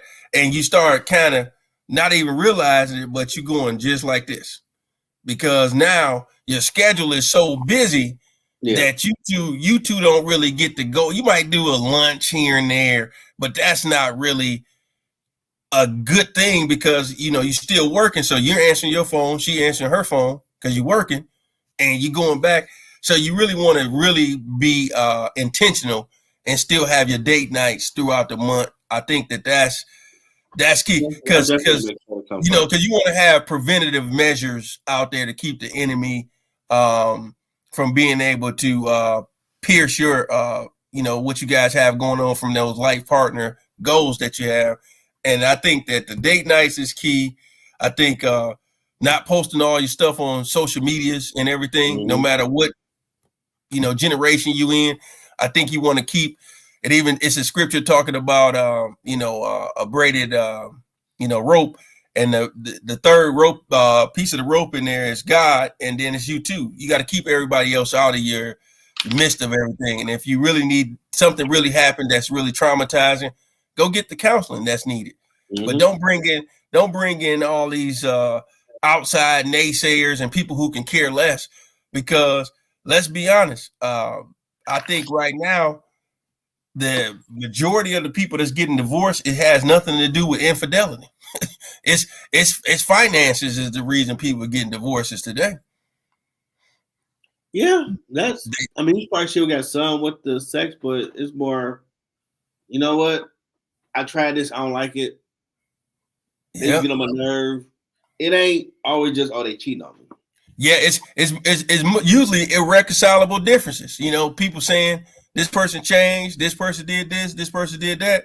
But the ones that I would say it's probably about, I think on the same stats that you was looking at, I think they were saying it's probably somewhere around 44%, I think it is, that's out there, or 34% that's out there actually infidelity, but the other folks is out there, that's getting divorces. It's everything else. It's, finances, irreconcilable differences. This person changed. I always think about the Dave Chappelle episode when they say, "Gotcha, bitch." Like you say I do, and the person switch gears on you. It's like, what did I just get myself into? This person is not the person that I was dating. And some people rush the past 3 years. You don't know nobody in 6 months. God bless you if you had that movie fairy tale and y'all live 50 some years later. That's not normal. You ain't really scratched the surface of who this person is in 6 months. Because y'all still getting comfortable to let y'all guard down because you've been through some stuff with other people and you got your walls up. I ain't getting hurt again. So now y'all got to become friends to where y'all let y'all guards down, start finding out what y'all life journey to this point has been. Family, friends, and everything. And start building that team chemistry. You hitting on something, man. I that's the reason why I said over the years, from personal experiences of seeing things, reading things, going through things, I just feel like would have helped people in today's world before someone says I do, go take effective communication classes, because you'll know how, like what you brought up earlier, when you had those disagreements, you're fighting. I really want to snap on her right now and just tell you, don't, I don't want to talk to you. And you could go a good week or two. Imagine how many people out there right now get into an argument, disagreement with the spouse, and can go a good week without saying one word to them. No good morning, no good night, no good afternoon, no nothing. How was the crazy part? She felt I was torturing her. Like, no. I know the child got made. And when I reached that point where I ain't got nothing nice to say to you, because I'm really on. I see red. Jeff, don't you say one word, because you can't take it back. That's one thing I've learned. You can't take it back because you meant it. And I know me. I don't advise anyone to operate the way I operate. I name my shows Middle Ground because I don't have it. I'm gonna say the word, I'm gonna burn this bitch to the ground. That's how I feel. Now, if you got on that side time burn to the ground, I'm gonna tell you something to burn you to the ground, how you make me feel right now. Because you piece of crap or how you treat me. But that ain't the right thing to do. I do know that. So for me, don't say nothing. You gotta cool down. Nah, dang, Jay. And God is talking like, boy, you are the human torch still, dog. I want and they'll be talking like, just come on, man, just say how you feel, dude. Take it back. Might as well say the worst players right now, because when I say like I'm 10 toes down with it. You're stinking so. You can't take none of that back. And that's where a lot of people probably get divorced for a while because they had them arguments and they did restrain themselves. And whatever it was they said, it cut like a sword. You can't take it back. But you know what's crazy about that is when you think about it, she grew up in a household, however she was raised, whether it was dysfunctional, whether it was Christian values, whether it was whatever. You grew up how you grew up. And some people, man, they grew up in like hostile type environments to where they get into your face. And that's normal. Yeah. And that's a normal thing. So you dating a, fiance about to be wife, and you get into those type of situations, it's like, whoa. And let's just say prior to that, you just had mild, disagreements. It was never anything crazy.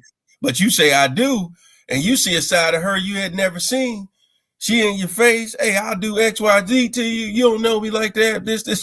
And you're like, whoa. They've been abused, and that's their new normal now. To where if they ask you to have a conversation, I learned that from psychology class, they would probably tell you they had the normal dating, and then they dated this idiot who always was combative, and it didn't end until they threw a pot or something at each other. So now you're dating them, and they're getting into their comfort zone of truly who they are. Y'all conversation ain't gonna end until you throw something at them, because that's the new normal. But you don't know that. So you looking like, what the? She possessed or he possessed? What's wrong with this? That's their new normal of arguing from that last person they've been with for 5 years that they probably forgot about. They want to bring up. Get heated. We throwing stuff. We always about the WrestleMania scrap up for this boy, but you don't come from that. Yeah, so eventually they might become more abusive to you to get that normal ending. That's normal for them now. But it's abnormal for you because you just, man, I was stressed. I'm my bad. I'm sorry. Yeah, me too. I'm sorry. But no, like, you mother effing something. You mother effing, you like, all right, I love you too. Like, what? That's their new normal. That's how they communicate. That's why I always say, man, you whoever you're dating, whether it's the man or it's the woman, I always say you want to see that person under pressure.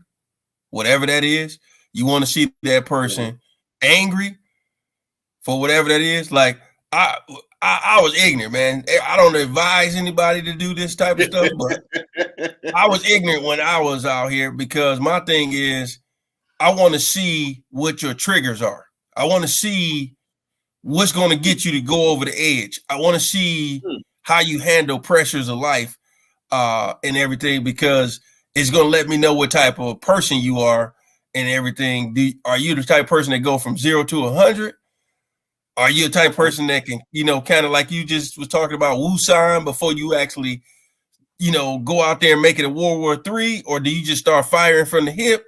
I like to know what we up against, because it's like some people don't realize they're toxic.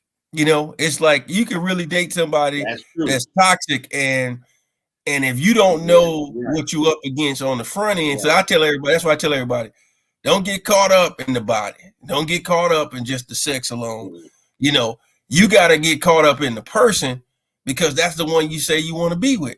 You know, I always tell everybody, every time I go out, if we go to the sports bar right now watching these girls' games and the men's, I guarantee you, if we would sit at the bar, and somebody's gonna come in there and tell me their life story every time. It never fails. That's the reason why I tell people I didn't want to go be a life coach and all that, because I do it for free, just sitting at the bars and the different things, because people come up and when you have these people that's going through these real life situations, man, you just see the hurt and pain on their face, and you're like, man, you know what? I'm not gonna give this person some bad advice. I'm gonna tell them some real sound advice so they can know how to heal and move on from this situation, because, you know, sometimes you can stay in a situation and it's going to work. Sometimes it may be meant for you to leave. You know what I'm saying? Nobody, you know what I'm saying? It's just, you know, back in the days, you know, we used to see Big Mom and them generation stick around. And in this generation now, people out of here, if you sneeze the wrong way, it's just like. But by the time we was graduating in 96, that generation, when the last kid was graduating high school, they got divorced. You're like, dang, they just up. When kids got out the house, united front, sick of your ass. I'm out of here. I'm gonna do me. Like, it was like an exodus of the baby boomers, famous and non-famous people know. Like, this man for 25 years and got divorced. That's weird. Like, dog, it was a lot of stuff happened that they was able to keep that the kids didn't see, and they decided for the kids, we're gonna unite in front, get them out of this house, get them on their path. We done. We out. And you like, dang, it's a lot of 40 subs out here in these streets. Like, they were doing the old school take care of home. Now he probably sitting here, if he was the dude doing it, dang man, I shouldn't have did all that. Or if it was her, another person out here, they playing smile, live my best life. Like, I ain't got to deal with this food no more. Like, hey, they out here. There's somebody grandma, what's she doing? Hey, it's funny you say that. Like, you got to think about it, man. You got people now, and it's been like this the last probably 15 years. People having divorce parties. You know, they celebrating this thing now, man. Wow, people like, hey, you really did something. Don't want to throw a party that they got. Right. They get the cakes and everything, man, and popping the bottles. Put the little thing around. I'm divorced. Like that. You failed at life at the moment to have someone feel that way about you. It's like they getting their freedom. Yeah, like you said, they get their freedom walking papers. Go be able to do after 400 years. Hey, here you go. The worst thing you can realize to that person, you the villain. Like, I ain't supposed to be your enemy. Dang, how did we get so far away? Dang, I didn't realize that's how you view me. I'm the villain. Like, damn. But you know, it happens, man. That all falls into that lack of effective communication over the years. It all falls into the lies. All fall because you know one terminology a lot of people are using out there right now is, you know, hey, he's a compulsive liar. He's a narcissist. They say those things. He's a compulsive liar. He's a narcissist. I ain't heard. Yeah, they like to use the narcissist word. It's a lot of that, you know, and you know, for the men, that's why I always say the answer to that question in short is hard, because some guys, it's emotional support. They don't feel like they can be vulnerable, you know. They don't feel like you got the wife is a safe haven to be his piece, and that's how the side pieces, you know, end up coming along in those situations, because they are his piece in those moments and the emotional support. There's some guys out there that's cheating because of the sexual desires and lack thereof. in the bedroom. I think that and it's sad. I always say when you say I do, you have three categories. You have, the wife. If she decides to become a mom, some people just choose to have pets, so they call them fur babies. But she becomes a mom, and the thing that some people fail to realize is you was his girlfriend before you became his fiance and before you became his wife. So please don't lose the girlfriend along the journey of y'all marriage. And what's the girlfriend? You know what the girlfriend is. Not wearing the bonnet 90% of the time in your household. Wearing the nice clothes that attracted him when he first met you, and all of those things along the way. That's why I was talking about the date night. Make sure y'all keep your date nights during the months, whatever's in your budget. If it's twice a month, 3 times, whatever it is, make sure y'all do that regardless of your schedule. Because that keep the outside people from barking on your territory. If you never spending time with your spouse, they always say idle mind is the devil's playground. I always like to hear the story of Joseph, and when he was running, he said, "Hey, you're gonna be in charge of everything." And a man's wife basically tried to set him up because he didn't want to sleep with him. And you think about that in the biblical times, and you fast forward to the times that we're in right now, and I always look at that story and I say, man, it's a little deeper than that. He was so busy out there working as the husband that he left that wife alone, and she still had sexual desires that I haven't heard a pastor talk about. So she's sitting around there looking at this man built and everything, like, you know what? Says, I ain't getting it over here. I'm about to get it over here. Yeah. And when he didn't take it, she basically said, hey, he tried to rape me, type of thing. And then, he got thrown in the hole. But I feel like, man, we just live in a day and time where we all grown now. Even if you're young right now, you in your 20s, just grown. Be real and then upfront with your intentions with the young man and with the young lady. Young man, if all you want to do is hit and run, it's a way to go about it and talk about it and let the young lady know that you hear, like Drake say, I'm here for a good time, not a long time. It's like you got to let the young lady know that you're not trying to date with a purpose. You're not trying to be. I'm lying. Finding that wife. You're not trying. You got to say that, because at least she can say, hey, you gave me the opportunity to say yes or no to that, and I respect you for that. And so I think that's just real. Yeah, it is, because definitely if you get to a point where y'all getting married, that man should be able to break down and cry in front of you if he's going through some stuff and you hold him down. Because in our community alone is a really fucked up thought that we're a Terminator, we don't have emotions, we got to be strong 24 hours a day. That dude's going to snap and kill somebody. Because life is a burden. Being the head of a household is a lot. And then he got to go out in the world, in this country, as a black man, dealing with all that come with, and he can't come home and be a little vulnerable around his queen, because it's all suck, girl, some suck, want to cry. We're gonna get him a kiss and call you back. He ain't got that. Go get it out. I got you. What happened? Let's go get him. Mm-hmm. He ain't getting that response. He get down. This old buttercup soft dude. Man, I had to suck it up, like, for real. This what I said I would grow old with. Wow. That's a chamber that sit there like, I don't know about this. So I can't never have a vulnerable moment with you on.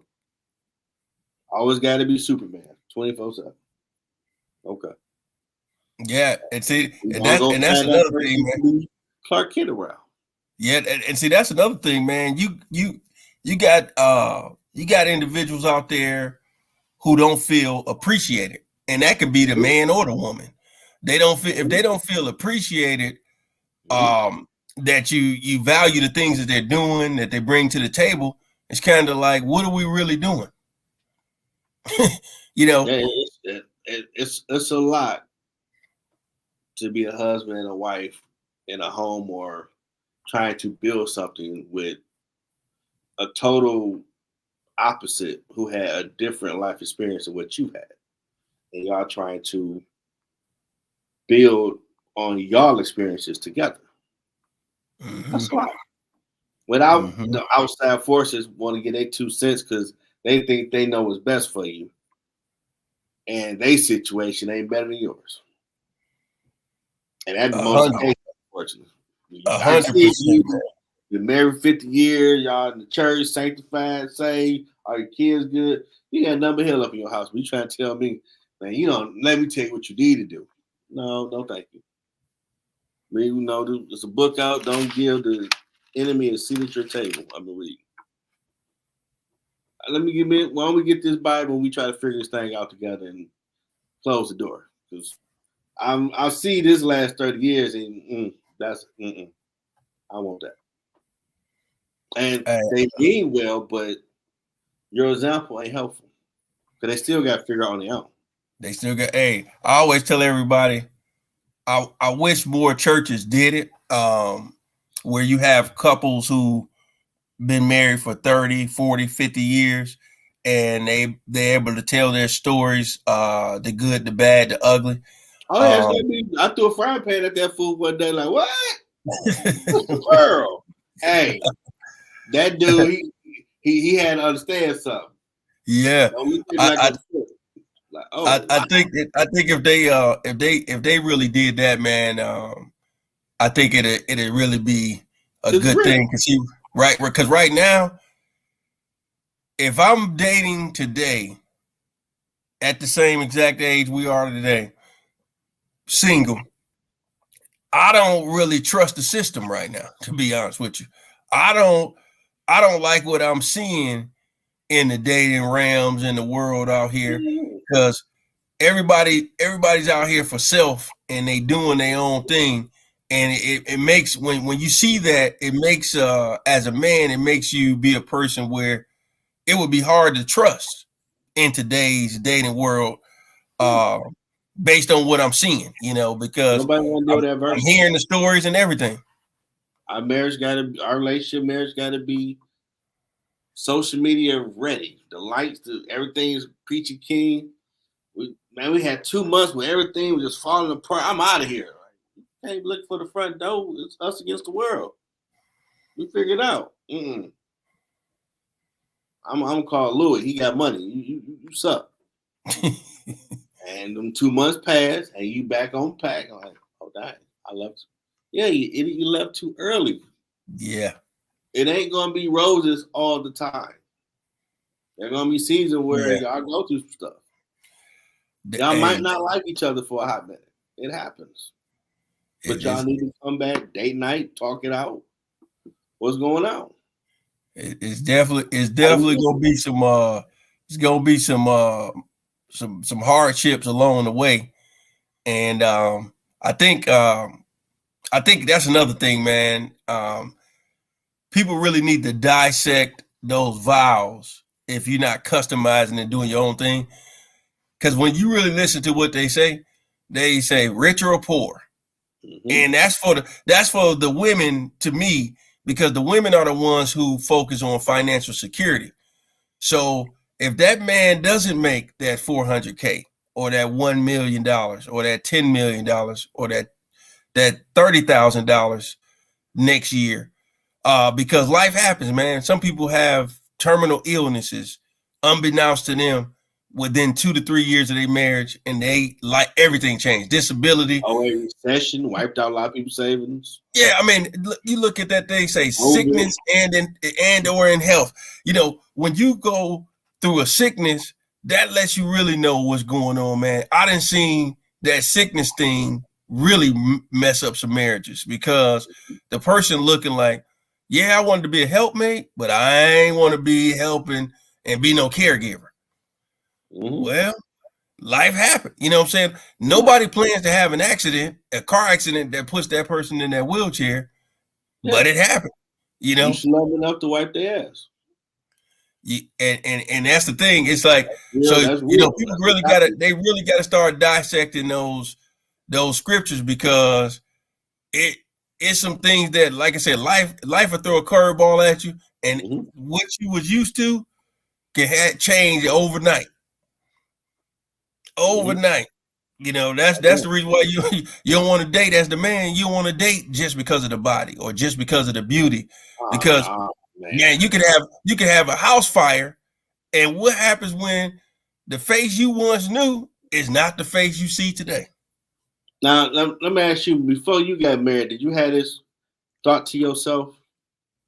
Okay, I'm about to embark on some real grown man stuff, being ahead. Well, I already know as a black man in our community, they think we suck. We ain't gonna take care of the house. My mama and friends gonna say you should have got with so and so. So you gotta make sure you're home. The boat might rock, but you can't sink. You ever had that thought before you got married? Yeah, man. I think as a man, we got it. Me and you, we're gonna do it. Let's go. I think as men, we always self-evaluating and looking at where we want to be in life. I think you do that when you graduate from college or high school or not. If you go to some apprentice school, vocational school, tech, we're always looking at, it's like a game of chess. You got to make your next move your best move. And I feel like for most men, including myself, I was just out here dating, to be honest with you. It was just like dating. Okay. You know, I get a girlfriend. Okay, cool. Or I'm out here having fun. But most women are actually looking to get married. That wasn't necessarily my desire. I always said, if I get married, here's what I want. I thought by 22 I would have been married. Yeah. See, I never had that. Cause I remember when we used to always talk about that type of stuff. You did have that type of, saying vision and insight. For me, it was just, I was more so focused on where I wanted to be and what I wanted to be doing. That it was kind of like, yes, I want kids. Yes, I want to have a family, but it's not a priority for me. It's kind of like, I'm good. You know what I'm saying? Like, everybody always teased me because I ended up having my kids so much later than everybody we graduated with. But a lot of people didn't really realize I was real strategic for a reason.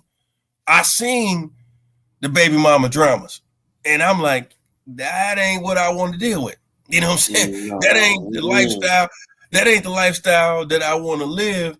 And I chose to just take it easy on that route and just go like, okay, if the right person come along, I go and get the ring. I'll go through the whole thing. So just like what you was just talking about, I'm looking like, okay, we're going to do this thing. That's why I did the premarital, because I knew there's no handbooks to this thing called marriage.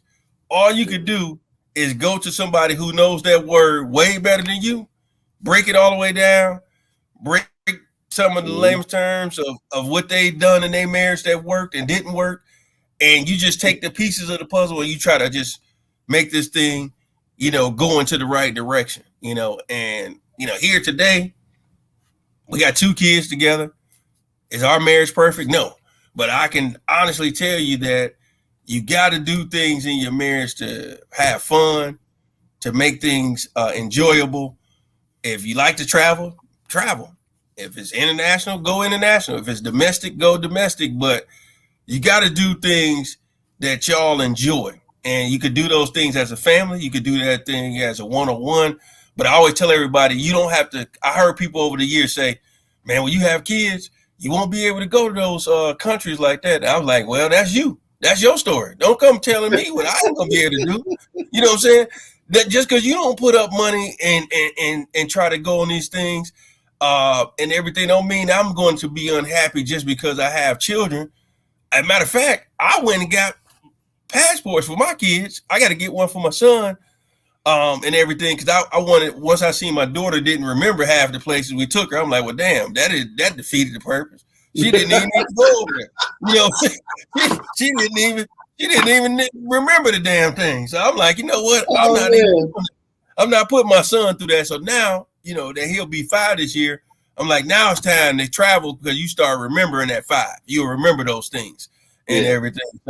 So yeah, man, I think that what you talking about, that self-evaluation, it's always, we're always looking through that lens as men. You know what I'm saying? Right now, I know you're looking through a lens of what your personal goals are career-wise, your personal goals, you know what I'm saying, with books and all these other things. We're always doing that self-evaluation, man, because I think life, man, is like a ruler.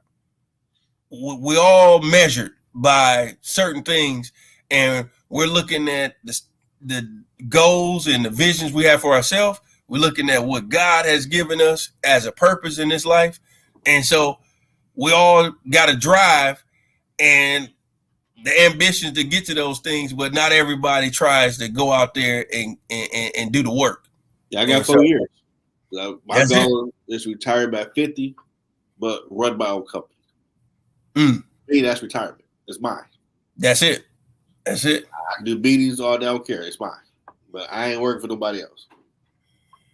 Hey, I got a similar one to what you're saying.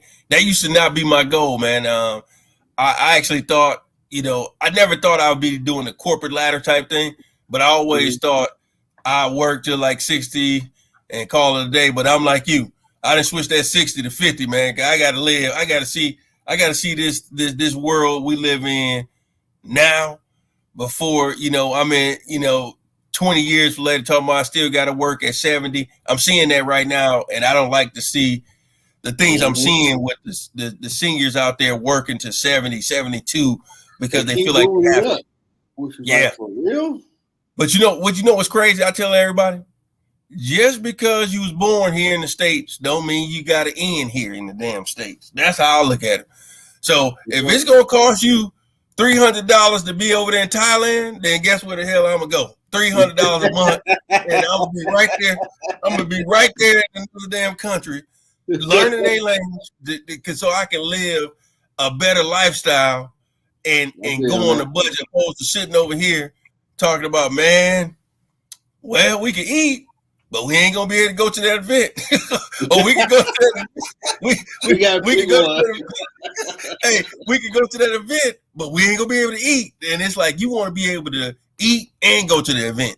And I feel like if that requires you to relocate, man, because I think with our generation, it may not mean us being here in the States, man, because the cost of living is soared to the point to where it's just crazy. I don't see this stuff going down, man. I mean, it may go down a little bit, but when you talk about the housing, the way thing is right now, I mean, kids gonna be staying home now until they get married. Renting a house or an apartment out here is like $2,000. $2,000. I remember all the condos they built downtown. I guarantee you, they probably 22 to 2,600. 25 easy. 25 easy. You know, I do remember seeing a clip of Ice Cube on Instagram where it asked him about what would you tell someone that has an idea for something, and he all rip. If you're not gonna, you don't want to give 5 years to it where you probably might not make a profit. Don't even start because it's going to take a lot of work, learn from failing, the ups and downs of it before you get to where you're trying to go. So if you ain't for that grind, don't even do it. Like, right. Everybody ever thought they became successful, they kept working at it. It took a minute. And then when they hit, all right, I know how to keep this car going. Now let's keep going this direction. Let's branch out that way. I've been saying lately, man, everybody's one idea, one phone call, you know, one more interview away from things just taking off. because all it takes is one. Oh yeah.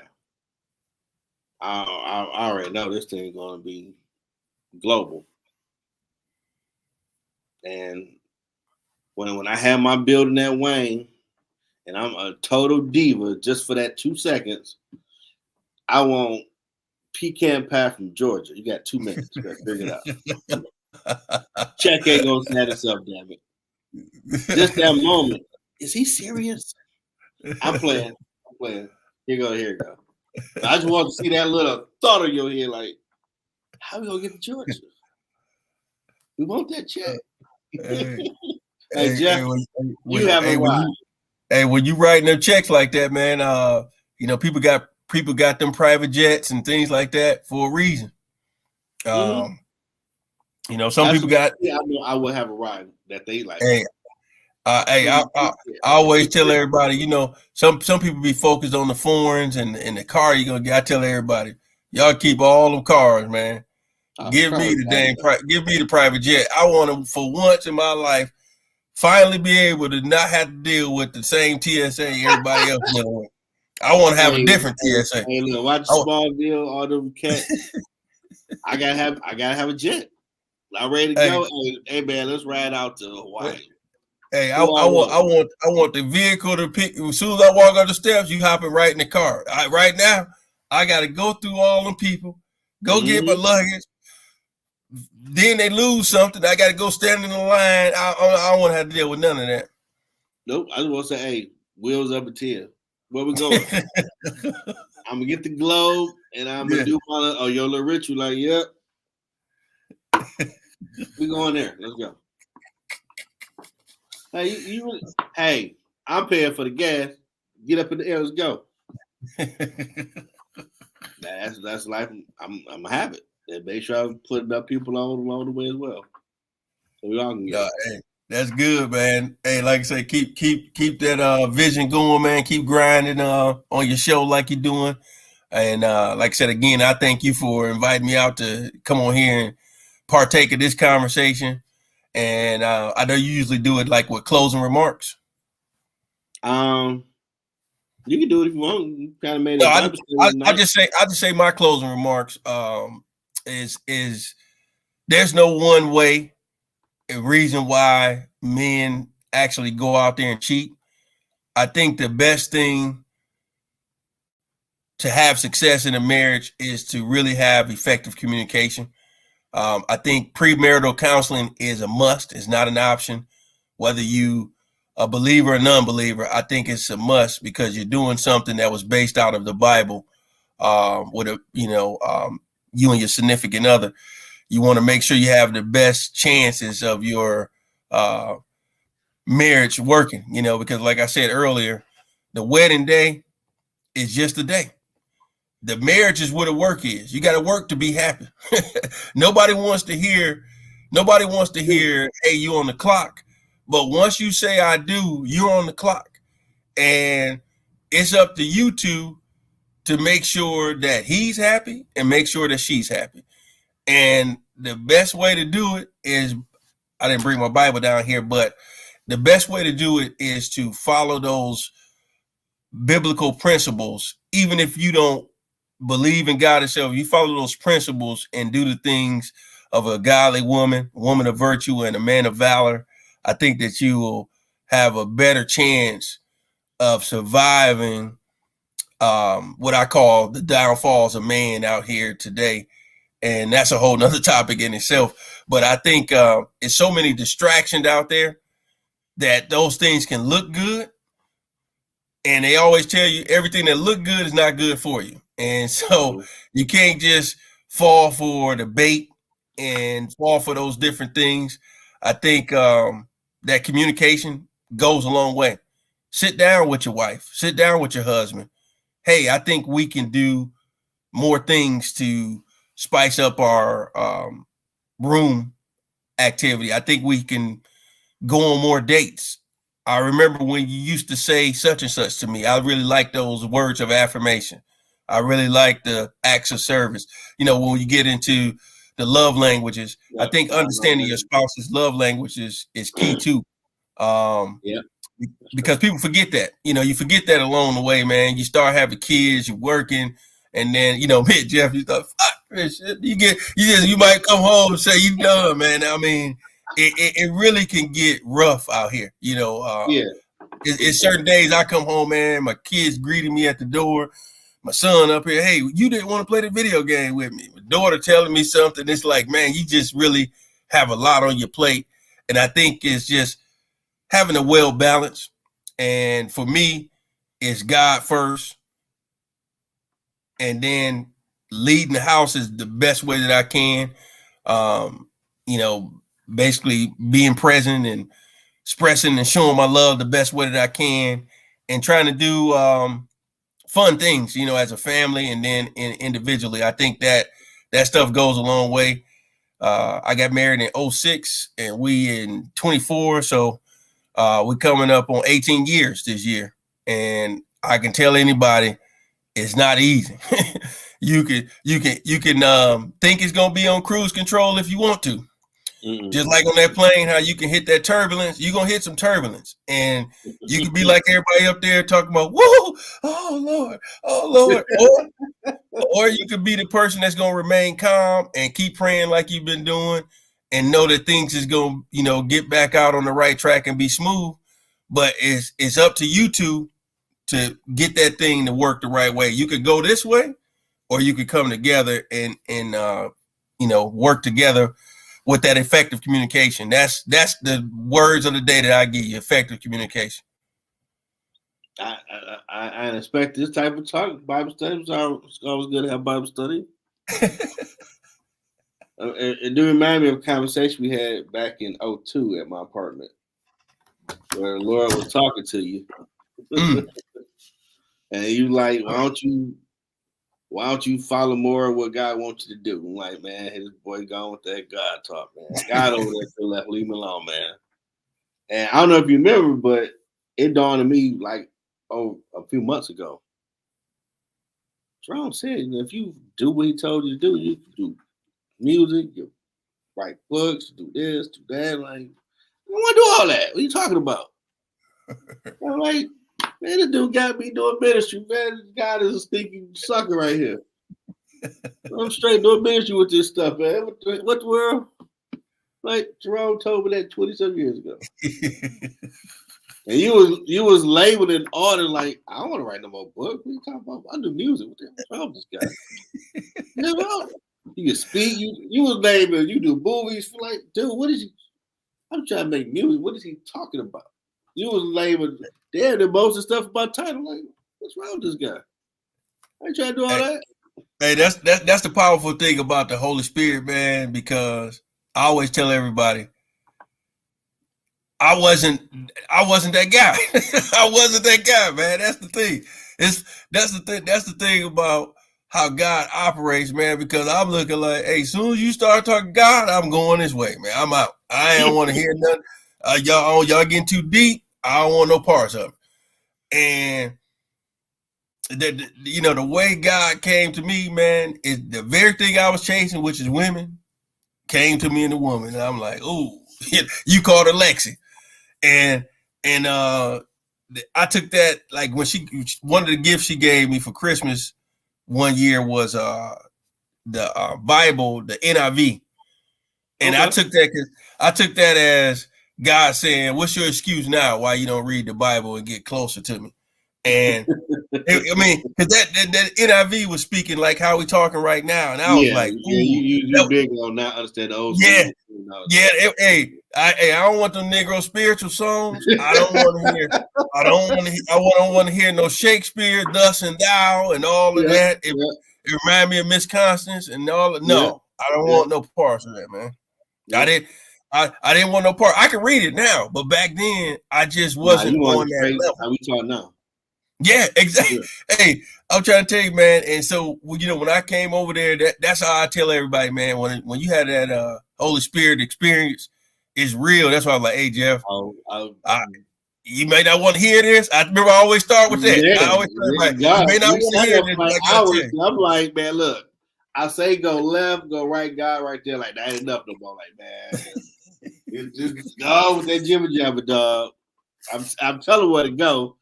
Go to Fecal, go to Myers, God right there. I done my job. Let my call right now, Jeff. And you damn near everything in my title you was damn. I'm like, I don't want to do all that. What are you talking about? Are you no musician? What the author? What this dude? He smoking? He smoked dog again? What's going on? And call me dumb because I was doing a interview show with Tiffany. When I get my church, she's gonna be one of my deacons. And she kept calling me past the whole show, like, we're gonna have one of them type of nights. I see right now what you playing. And I'm like, dog, you doing ministry right now, Joe? Jerome told Joe, but what he do?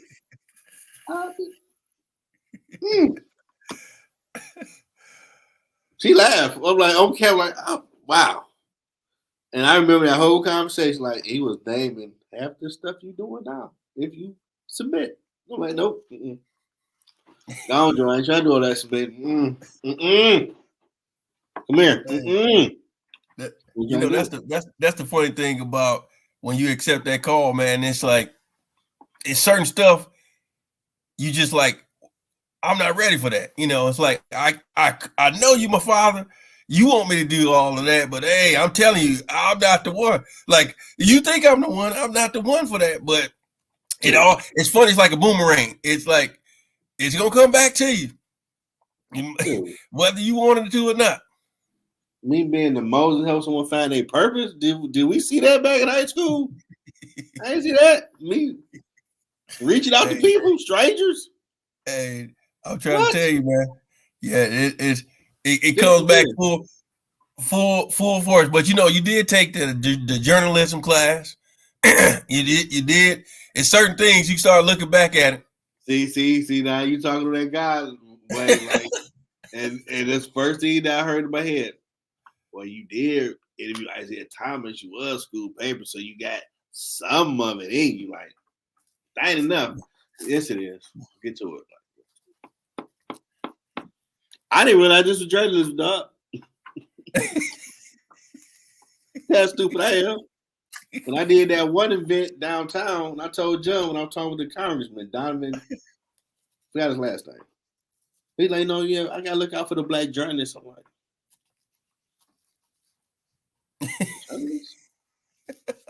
John was like, about time you said it out loud, like, man, I look at podcasts as journalists. Like, yes, it is, Jeff.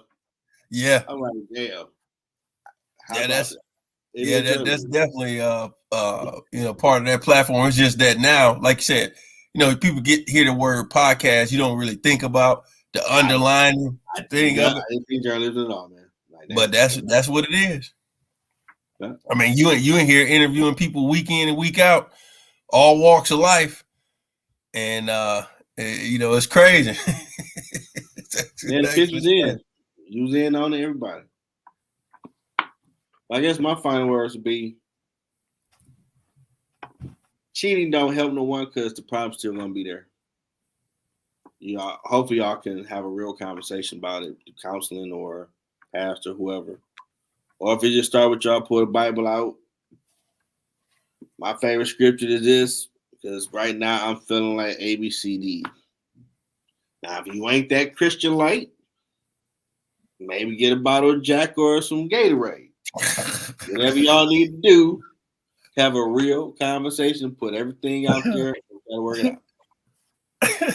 Whatever you got to do to have that true conversation. I mean, I know, well, I'm just going to put the knife, the gun, the bazooka, everything on the table on what your problem is with the person. And y'all start working out each one to where that table is empty. And y'all go from there. Yes, sir. It was a good episode. Yes, sir. On the Friday. I expect that on Friday. Okay, we're gonna talk some smack with it. Like, let's come with the word. Hey man, I told y'all versatile. I know y'all used to me being the hooligan and everything, but hey, at the end of the day, I expect Dick and Jerome. Hey, that's see everybody, y'all ain't believe in me, man. That's what it is, man. Y'all I know it was in you. I'm like, okay, we're gonna talk about this, probably talk a little smack joke. Like, no, man, you gotta get it. No, the reason, because like I said, I was trying to speak from the marriage standpoint. I can care less about the single life. They can do their thing, but when you on the married side, man, I try to get some real sound advice. And because it's from the Bible, it's like, hey, we got to throw some scripture in there. You know, you got to have a little bit of principle as you go into this thing, because it ain't gonna be easy. No, it's not. It ain't gonna be easy. Nah, I won't lie to your people on your side or our side. Hey, don't think this thing gonna be easy. I can tell you, this ain't no layup line. I can truly say shout out to my homeboy Kurt. When my situation went left, and I was straight on, man, I'm dark side. Bumped it. You gonna put respect to my name these streets. I'm tired of being a good dude. If Kurt, that ram in the bush, like, that boy Kurt, what up, though? I'm ever thinking about you, Jay. What is a Bible study like? I ain't heard of this man in eons. And most of 21, we had Bible study. Yeah. You know. Oh, you knew, because I told you, I ain't never gonna lie to you. It's either save the world or burn this damn thing to the ground. And I'm burning this thing to the ground. Darth Vader ain't gonna have nothing on me. I'm sick of being nice. Y'all gonna respect me. Nah, get him, really man. Yeah, really man, before you go to the other side. Yeah, I was there. Like, what's the point? These people are right. Being a good, that sucks. Let me show you what evil look like. And I'm gonna do it the right way, because I ain't gonna lie to nobody. I'm gonna show y'all suckers how you supposed to do this thing. My daddy was a pimp. I could do better than what he did when he was out there. I could do it. I was on that bull. I ain't gonna lie to you. He had 400, 401. I was on that shit. I ain't gonna lie to you, man. I was straight dark side. That was like, oh, man, that's my dog. Come on. Let's go. Let's get him. Like, yeah. Hey, Kurt, I got baptized. I do it. He got me to a ministry. So even the devil think he got you, God still he has someone that he know you'll listen to. Reel you back in.